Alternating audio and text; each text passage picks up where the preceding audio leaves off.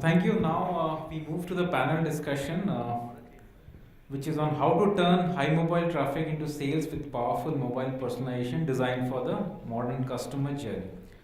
So we have a very illustrious panel. So we have Ms. Heba Saeed, who is the head of marketing for IBM Middle East and Africa, and a Gulf Marketing Review actually rated her top 40 marketers under 40. So welcome, ma'am. Next, we have Mr. Matthew, who is the Director of Marketing at ClearTrip.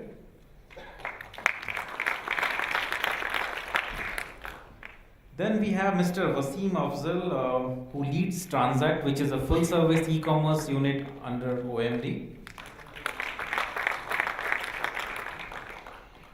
Then we have Mr. Mateen Agha, who is an Associate Director with Search at BruceClay Middle East, and he specializes in search engine optimization and search engine marketing.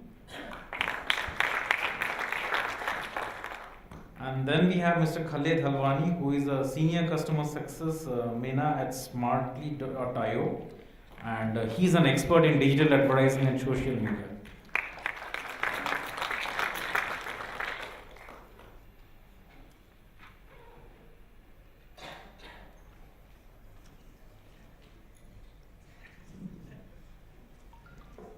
So welcome. It's a privilege and honor for me to host you. So the format which we'll follow is we will just do a quick round of introduction so that the audience is aware of what is your background like. Then we will do some very general questions which for the panel actually your opening views. Then we will do a very specific question for each one of you, and then we will open it up for the audience. So we'll start with you, if you can just introduce you to the audience, then. So my name is Sahil, and the reason that you don't see me out there is because I'm stepping in from my colleague Khaled, who was supposed to be here but couldn't. And I work with Smartly, which is a tool for automating and optimizing social advertising on channels like Facebook and Instagram. And we are a batch marketing partner with Facebook as well. I've been working with Smartly for close to 2 years now, and I've been living in Dubai, I think just over here. Thank you. Quick introduction for myself. I'm Mateen. I am the Associate Director Search at BruceClay MENA. I have actually recently moved to Dubai. It's only been a year. In terms of my backgrounds, I've been in SEO since like 2010. In PPC for the last 2 or 3 years roughly. Role's responsibility is more towards managing operations plus business development for BruceClay. My name is Waseem Afzal. Part of my responsibility involves overseeing the overall product at the agency, and which obviously involves Transact, which was launched about 1.5 years ago as a full-service e-com unit focused on driving acceleration of e-com across a number of our clients. I understand that we're competing with your lunch break, so we're going to try and keep this conversation as exciting as possible. My name is Matthew Sliedrecht. I'm Director of Marketing at ClearTrip. ClearTrip's the UAE's #1 travel site. We do, between all our brands, we do about 50,000 transactions per day, and annually we do about $1.5 billion in sales. Hi everyone, my name is Heba Saeed. I'm the marketing leader for Watson Customer Engagement Solutions. I work for IBM Middle East and Africa. Been with IBM for 11 years and 6 years out of that here in Dubai. So thank you. So we will start off with a very generic question to the panel. So how important is mobile traffic for you, and why do you think mobile personalization is needed? We'll start with you from your views, and then we will just go to everybody just for the opening views. So when I was preparing for this panel discussion, I was looking at some stats recently. And a simple Google search will tell you that nearly half of the global internet traffic is mobile internet traffic. And if you look at the trends, it's quite obvious that this percentage share is only going to increase in the future. And with the penetration of smartphones and smarter and more stable internet, it is now possible for mobile users to complete their entire buying journey just on their mobile phones. And to bring this into more perspective, especially from the advertising point of view. We now have social apps like Snapchat and Instagram, which are not just mobile first, they are mobile only. And if you look at Facebook, which started off as a desktop only experience, now has products and ad formats which are mobile only. Products like Facebook Live and ad formats like collection ads and playable ads and story ads. These only work on mobile. So now it's more important for brands to be on mobile, and these trends are an evidence of the increasing importance of mobile.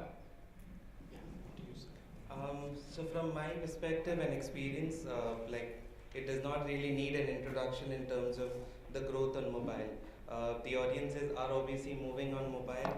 There are searches that actually happen on the go, and hence that part is actually something which is very significant. Now, in terms of why do you need personalization, you need it because the user journey is very different when you are on your desktop versus when you are on your laptop. You have a shorter attention span from the user, the searches are more on the go. So the personalization is required for a user to complete the whole journey, because at the end of the day, you're not really here to drive people to the website. While that's actually an important thing, but the more important part is you make them transact. You make them fill up maybe a lead form, you make them register on your website. And hence that personalization really plays a very important role, because you're able to achieve your end objective. I think for a lot of us who go back a few years in this region, right? I think over the last 5 to 7 years, we've been saying that this is going to be the year of mobile marketing. I think the question shouldn't be about why is mobile, marketing important. It is about how important it is to the success of the business, because a lot of us are in catch-up mode. I think this region really stands out as an outlier when it comes to adoption of technology. I'm not going to repeat the obvious, but we know that smartphone penetration is one of the highest both in Saudi Arabia as well as UAE. Globally, we know that either you're sleeping or on your mobile phone, right? So we feel that the access to connectivity is now coming through smartphones in the region, and mobile is no longer the second screen for a lot of the age groups, especially when you look at the younger 18 to 35-year-olds. So therefore, I think mobile at large has transcended into every facet of the business. It is absolutely crucial for us to start off with the mobile marketing approach, because in a lot of the cases, when we look at across different categories, we see that mobile is a bit of an afterthought for the marketers, and I think that needs to flip, whereby we need to invest in the right infrastructure, ensure that we're not adapting the same desktop experience onto our mobile web or even with the app. So we need to put mobile as a starting point and make sure that all of the strategy revolves around how mobile is sort of affecting the rest of the facets of the business. I think you've been looking at my notes, you stole most of my points. We've got two pages of notes there. You mentioned before that from your research it was 50% of mobile traffic for the internet usage. At ClearTrip, that is 60 to 80% depending on the city. So Saudi, Kuwait, Qatar, 80% of our traffic is mobile. When you look at the amount of traffic coming from it, if you don't focus on that area, you're losing most of your transactions. For ClearTrip, about 60 to 80% of all resources are spent on mobile. So we've just redone our progressive web app to increase conversion rates. And on top of that, from a personalization perspective, the mobile phone is really the most powerful device in human history. It's got location and ID data. No other device has that. And no brand has actually ever really properly taken those pieces and integrated into their overall platform or how they actually personalize an experience for users. So at ClearTrip, when we look at kind of those two items, that's how we're thinking of mobile. How do we create a service where we're a travel company, obviously, so location is very important to us, but then also ID'd on that. So can we provide easier payment solutions? Can we provide P&R details for plane itineraries, automatic check-in details, which you wouldn't be able to do if a person was on a desktop? Yeah, so I won't repeat some of the points that everyone made on the panel about the importance of mobile, but maybe bringing in the IBM perspective. So I think Waseem, you touched on the importance of mobile for the new generations, millennials, Gen Z. But I think what most people are surprised to learn is that in IBM, the traditional 100-plus-year-old company, 70% of our traffic to our web pages and our landing pages is coming from mobile. And so that's not only ClearTrip, that's B2C. We're now also looking at traditional businesses, B2B businesses that are known for their face-to-face interactions, very strong face-to-face presence, local presence, and sales teams looking into the mobile. And that has definitely changed the way that we're looking into our customer journeys, the way that we're looking into our digital marketing investments and marketing investments in general. And I know we've been talking about that earlier. So when we're looking at personalization, if you think about personalization in a B2C perspective, it's more about understanding the person, what are their motivations, what are they looking into. From a B2B, where the sales cycle is more complex, there are more stakeholders, it's a longer sales cycle, personalization becomes even more important. And it's different in how we look at it. So the core is true personalization, but we look at personalization in terms of where the customer is in the customer journey. So many times, we can tell that the customer has been engaging with certain assets, for example, that we have. We have a number of assets, and based on that, we keep showing them more of the assets that they like to interact with. If they're more, like to read more white papers and more in-depth materials, that's what we keep serving them. If they've progressed through the sales cycle, the discover, learn, early learn, and they're into the try and buy, we feature the try and buy options more clearly on the websites and the mobile apps that we have. So mobile is becoming important even for traditional businesses that are traditionally not looking into that. Even businesses that are looking into B2B, as I said, and regionally diverse entities that are looking into that. And again, the mobile penetration, you said 50% globally, it's even more here, the traffic that is coming from the mobile. So this is where we are in terms of the mobile journey and personalization. Okay. Thank you, Heba. I have a very pointed question for you. Since you work with IBM Watson, so what kind of analytics or what kind of how has IBM Watson actually helped the customer in actually doing a personalization from a mobile point of view? So how long is this panel? Okay. So just to keep it really brief. So I'm sitting here, wearing double hats. So I'm doing marketing for Watson Customer Engagement Solutions that look into exactly that. So helping our customers, become more personal, become more, improve their return on investment of digital marketing funds and so on and so forth. But also we're using the same tools in IBM, as you said. So one of the things that we're looking into, for example, is digital analytics. So understanding what's happening on a macro level, but also on a micro level. We see, for example, where customers are struggling. One of the things that I can, tell you, for example, is that we found out using Watson that the majority of our clients in Saudi are using Google Translate to translate some of our landing pages that are traditionally by IBM, they are in English. So that helped us create Arabic landing pages for the Saudi market. And that has seen improved engagement, improved conversions, and so on. And we're alerted to many of the things that are happening on our web pages. And I think in this market, there's a lot to be done in that space. So one of the stories that I had is like, I'm a very frequent user of the ride-sharing app, so Kareem's and Uber's. And I was on vacation in Egypt a couple of weeks back, and I wanted to go to the airport. I pulled out the app. I'm going to tell you which one it is. I don't want to, they're both the same now, so I don't think it matters, but I'm just not going to say it. And it was 6 a.m. and my flight is at 9, and I'm really short in time trying to book, the journey, and I keep getting an error, a weird error. Your account is not active. Your account is not active. What kind of error is that? I got over it. I opened the other app. I got, my ride to the airport, but then I had to wait for 2 days to send the company and say, I had this problem with the website. It said, and they sent me and they said, please send me a screenshot of the error. Seriously? You don't know what's happening? You're the ride-sharing app. I'm a frequent user. I'm a loyal user. And you don't know that I'm getting an error? You don't see what error I have? I have to take a screenshot and send it to you? And if we think about, because we are using these things in IBM, and I know where the customers are struggling, and I know if they're filling a form, as Mateen, you said, when they're filling a form, if they're struggling with a certain a part of the form, if they cannot find, the link or the how to submit the form, for example, I get alerted to these things, and I know what kind of struggles, what kind of issues they have. But so many businesses in the industry, and they're really, native e-commerce businesses, like really this is their bread and butter, the money that they're getting from e-commerce, they still cannot see those issues. And if you think about it from a customer experience perspective, it's not a good experience. I struggled to get, a ride to the airport where I most needed it.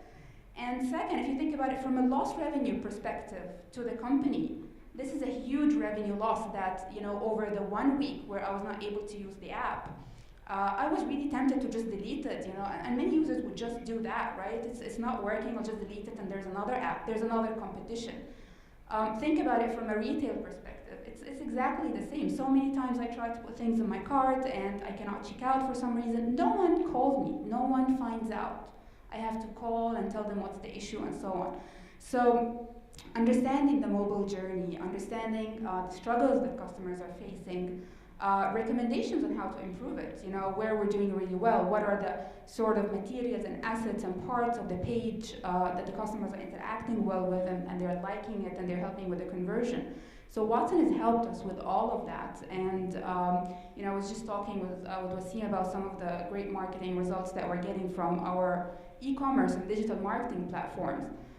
Were mainly due to that continuous journey that we've had with Watson, and we're helping other companies do the same. So we're helping, all of these solutions are available, and happy to talk to anyone in more details if they're interested to enable other companies to do the same. So they're really basic things, if we think about mobile, there are really some of the basic things that are missing right now, the ease of the use and how things are, Waseem and I think Matthew mentioned being mobile first, right? So you're thinking through your mobile app, you're thinking about through that journey that are not there at the moment, and I think technology is there to support with them. It's a question that you asked, which is fairly straightforward, right? How do you achieve personalization? And I think often you will agree with me, Matthew, from a brand perspective, is often we look at technology as the immediate fallback option, and I believe very strongly that there's a checkpoint before that, which is to understand what problems are you solving for, right? Because how do we achieve personalization is a very broad topic, but I think before that, before you identify what technology stack should you be working with, because we work with a number of marketeers that invest in the best-in-class technology stacks, but then unfortunately they're not fully leveraging the benefits of the entire stack. So before that, you need to understand how does a good consumer journey for my business, pan out. We know that cost of retention is relatively more cost efficient than the cost of acquisition. So if it is about increasing frequency of transactions in your case, getting people to buy more tickets and hotel bookings, you need to then go back and understand, what are the most highest performing, segments for me and what really ticks well for them, and then understand what technology should you be working with to enable solutions to each of these problems. And I think that's a very understated area that we don't sometimes think it through, and then we just jump into signing up to a technology partner without really understanding what problems are we going to solve for. I think that's spot on for us. That's exactly how we think about personalization. So from a platform perspective, we're agnostic. If it's desktop or mobile, we'll still personalize your experience. So thinking, why are they here for us? If you look at our conversion rates on mobile, they're much lower, and we don't see that ever changing. We don't see it being the same as desktop because people are accessing information so much more than ever before. I'm chatting to friends, I'll show you my flights that I want to book. So making sure that we personalize the experience on your mobile to help discovery of what you're looking for. Desktop may be for, okay, so you know what you're going, straight transactions. So recommending different places to go, other options for them to travel, different flight ways to go, maybe adding extra stops. That's how we think of personalization when they're on a mobile perspective. To your point regarding additional revenue, if a person books on a desktop site or and then our app, or the in-website and our app, both those bookings combined is worth 30% more to us, as in their lifetime value. So Cleartrip already has a very high lifetime value for as a brand, like e-commerce brand. But dual platform, 30% additional. So how can we make sure that we kind of get the best mobile experience for consumers and then the desktop experience and kind of share that between them? Okay, now my next question is, there's no right or wrong answer, but how much is mobile or how much is your normal channel? Because there have been cases where companies have tried to do only a mobile way and they have failed miserably. So what are your views on, again, I'm not looking for a percentage, like what decides that we should have so much of mobile into this kind of a sales channel and this much should come from the traditional? So Clitrip does 60 to 80% of resources spent on mobile, if you want a percentage. From a 80% of traffic is on mobile, and about 40 to 55% of bookings are on mobile. But if you look forward, exactly what Waseem said, by 2025, more than 60% of your traffic will be from millennials. And if you think that millennials are using Google search to discover your websites, it's not the case. Media consumption has changed astronomically in the past 5 to 10 years with the rise of social. If you look in Saudi, like if you look at kind of Google usage, it's flat. If you look at Instagram, YouTube, and Snap, that's skyrocketing triple digits year on year. So and that's all on mobile. No one in Saudi open up their desktop to check Facebook. I think you said it yourself, right? There's no real formula because that's dependent on a number of variables from one category of the business to another category of the business, right? But I think we are all operating in an environment which is dominated by a number of different channels, touch points. There's a lot of fragmentation within the marketing world, right? If you had $100 as a marketer, 10 years ago it was very straightforward to understand how does your channel split look like. Today there's obviously a lot of complexities that you're working through. So the bare minimum is to ensure that there's discoverability across all of the touch points because consumers are going to find you anyway, right? So the onus is on you as a marketer to ensure that you're discoverable across all touch points. But having said that, mobile is at the forefront of marketing investments in the region. So if you look at the size of the digital marketing in terms of absolute ad expenditure, it's about $1.2 billion. That's about 50% of total advertising dollar that has gone into the market, right? And we are obviously eating. So the overall pie for advertising has been shrinking over the last 24 months or so. And within the digital space, mobile obviously is growing much faster than any other touch point. And if you see e-commerce as a category at large, and I'm going to focus on retail side of e-commerce, the Noons of the world, the Souks of the world, they're all battling for app acquisition in the region because they know that product discovery, services discovery is now increasingly happening through apps. So it is obviously something that has a direct impact on the bottom line, and for them, they have to prioritize investments in the app space. Just to add to this more from a search perspective, while the word is out that mobile is growing very significantly, which is obviously a truth. However, what's also important to note is that desktop is also growing. It's just that the rate at which mobile is growing is much faster compared to a desktop. So it's not an either-or option that should we look at mobile or should we look at desktop. It always has to be a healthy mix of both. Just to kind of give you an example, like an Indian company, Myntra, they decided it's a e-commerce website that was selling clothes. They decided to go only app, and they did actually do that. They shut the website. They only had the mobile app. They tried doing that for a year and a half, but then that had a significant impact on the revenue that was coming in, which kind of implies that people actually prefer shopping on apps as well as websites. Now here, when we talk about people going forward to app acquisitions, like running app install campaigns, it's more to get a loyal fan base. However, there are more and more people that are getting into the pool of the buyer journey. You need to kind of target them as well. You need to get them also in the pool. And that's where awareness flows in, and awareness could be a result of maybe a social ad or maybe an ad on Google. So both ways it needs to be looked at. Do you want to add? Yeah. Yes. Yeah, I just wanted to ask everyone, just out of curiosity, I think something I've been thinking about recently a lot is the rise in the mobile app space. And my view on that is that, there used to be a spike. Everyone has to have an app. You got to launch an app if you got to be there. But then I ask myself, as a consumer, as a marketer myself, how many apps can a typical consumer have? So I'm just really curious, in your points of view on, app versus mobile, sites, and because I see myself, so many times, even the stuff that I frequently use, I just go to the mobile site and I just hope that it's optimized for and provides me a close enough experience to the app. But I'm just really interested in your points of view. I was really curious to that. You should go to, so we've spent a lot of money in the last year totally redoing our M site. Our M site doesn't exist anymore, it's a progressive web app. So our mobile site feels like our app. We're actually replacing our app with our mobile site. So that platform will that also then be used for our desktop site. So when you say mobile first, we're starting at MWeb. Another controversial view on apps, I think they're dead. I don't.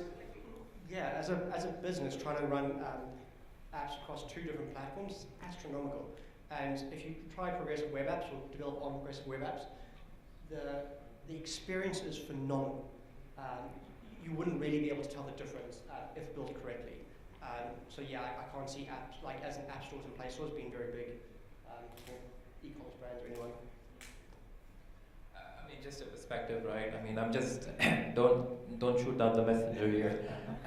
But if you look at what's happening in the e-com space in the region, it seems that the battle for supremacy is happening in app acquisition in the region, right? So you've got this wave of Chinese e-commerce players in the region, from Jonishi to Shein to e-labels and so on, that are pumping in serious amounts of money to drive app acquisition. Then you've got Noon, you've got Altair Retail Group and so on. So they're all sort of reprioritizing the way they're looking at app acquisition, because I think in their category it's not about consumers going to shopping malls to shop as much as consumers remaining in the funnel to continue to shop all the time, right? And for them, a big driver for transactions is app notifications, right? Flash sales, weekend sales, and so on. Because in that space, if you look at the size of e-commerce industry in the region, it's about $10 billion, right? With 40% penetration in terms of people buying and shopping online.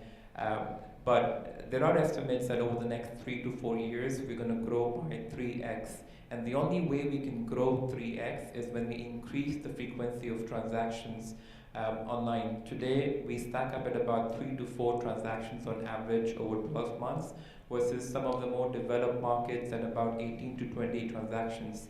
So a lot of these e-commerce companies are banking on apps to help them increase that frequency of transactions. But as you said it yourself, I think there's no real formula that's applicable from one category of business to another category of business. Consumers are behaving very differently.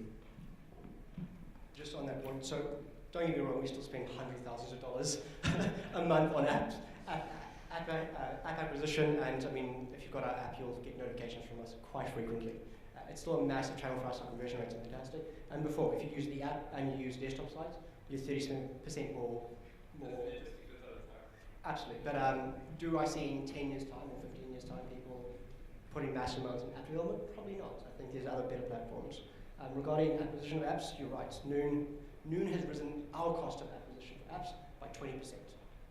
So they're not in the same category as us. So people working on the Noon accounts and the ClickTrip accounts will go to Noon because they're just pumping so much money into that. And just a comment on this, I personally think it's not just about either it's desktop or mobile, or it's not about just having an app or having a mobile web experience. It's about finding which mix works for you. Every business has its own audience and it's probably their own product. So they need to find out what's going to work for them. So that is the key. You need to find out what is the right mix for your business and what works for your audience, considering your own product. So with this, I will open it up for the audience. So if you have any questions, you can ask the panel. Yeah, she has.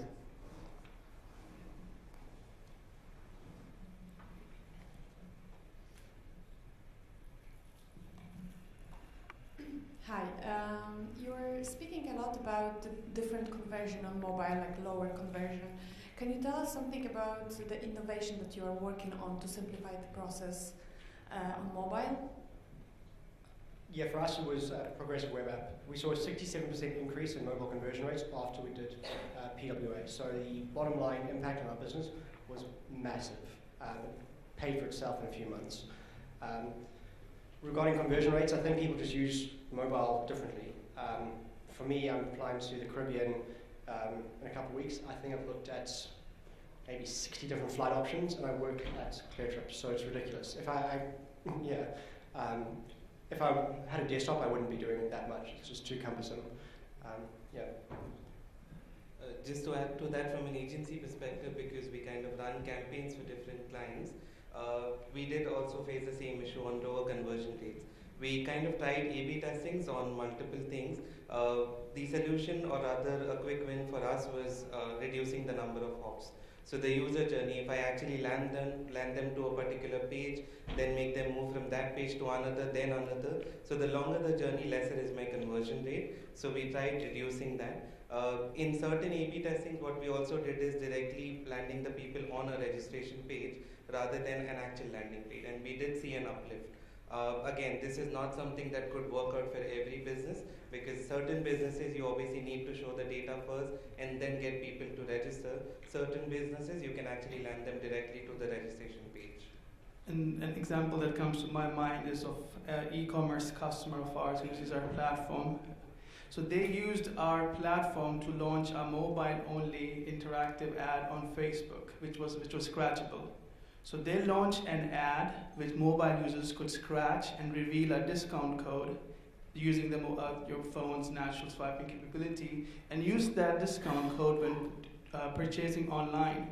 So that was a very seamless connection between going from an ad to the web store and purchasing. And that's one way that you can make sure that your content is optimized for mobile, through which you can actually improve your conversion rate. So something that you have for desktop or something that you have for other channels might not work on mobile the same way. So you need to really optimize your content in that sense. If I may add one piece as well to the, I think, innovation, and one of the most underestimated innovation, simplest of all, is personalization, right? Dynamic content. So, and this is the case, not exactly IBM, but we're working with a retailer and what they wanted to do. So what happens is, I think same for Google searches, same for product searches. If you search for something and what you want is not on the first page of results, you usually, in a mobile context, you don't usually move to the second. You quit the search, or you quit the mobile app, or you don't buy. So one of the things that we worked with a couple of retailers on is making sure that the results that are showing up. So for example, if I log into, and I'm just using noon.com, right, because we talked about that Noon app, and I search for a red dress, what I would get on the first page will be something that's different than if you go on noon.com and search red dress, because they might have thousands or hundreds of red dresses, and what I like to buy based on my history, based on my profile, based on my preferences, the things that I clicked on before, are completely different than other users. So dynamic content / personalizing content is one of, I think, most underestimated innovations in the field of e-commerce, especially as we're getting more and more players that have like thousands and thousands of products on their catalogs across categories. And again, being on that first page, finding what you want right on that first page becomes, in many, many cases, determinant whether or not you will continue with the purchase, will you make the conversion or not. So looking into the content and how that is very highly hyper-personalized is I think, one of the key innovations that we need to look into as well. Everyone ready for lunch? More questions? No, I'm ready.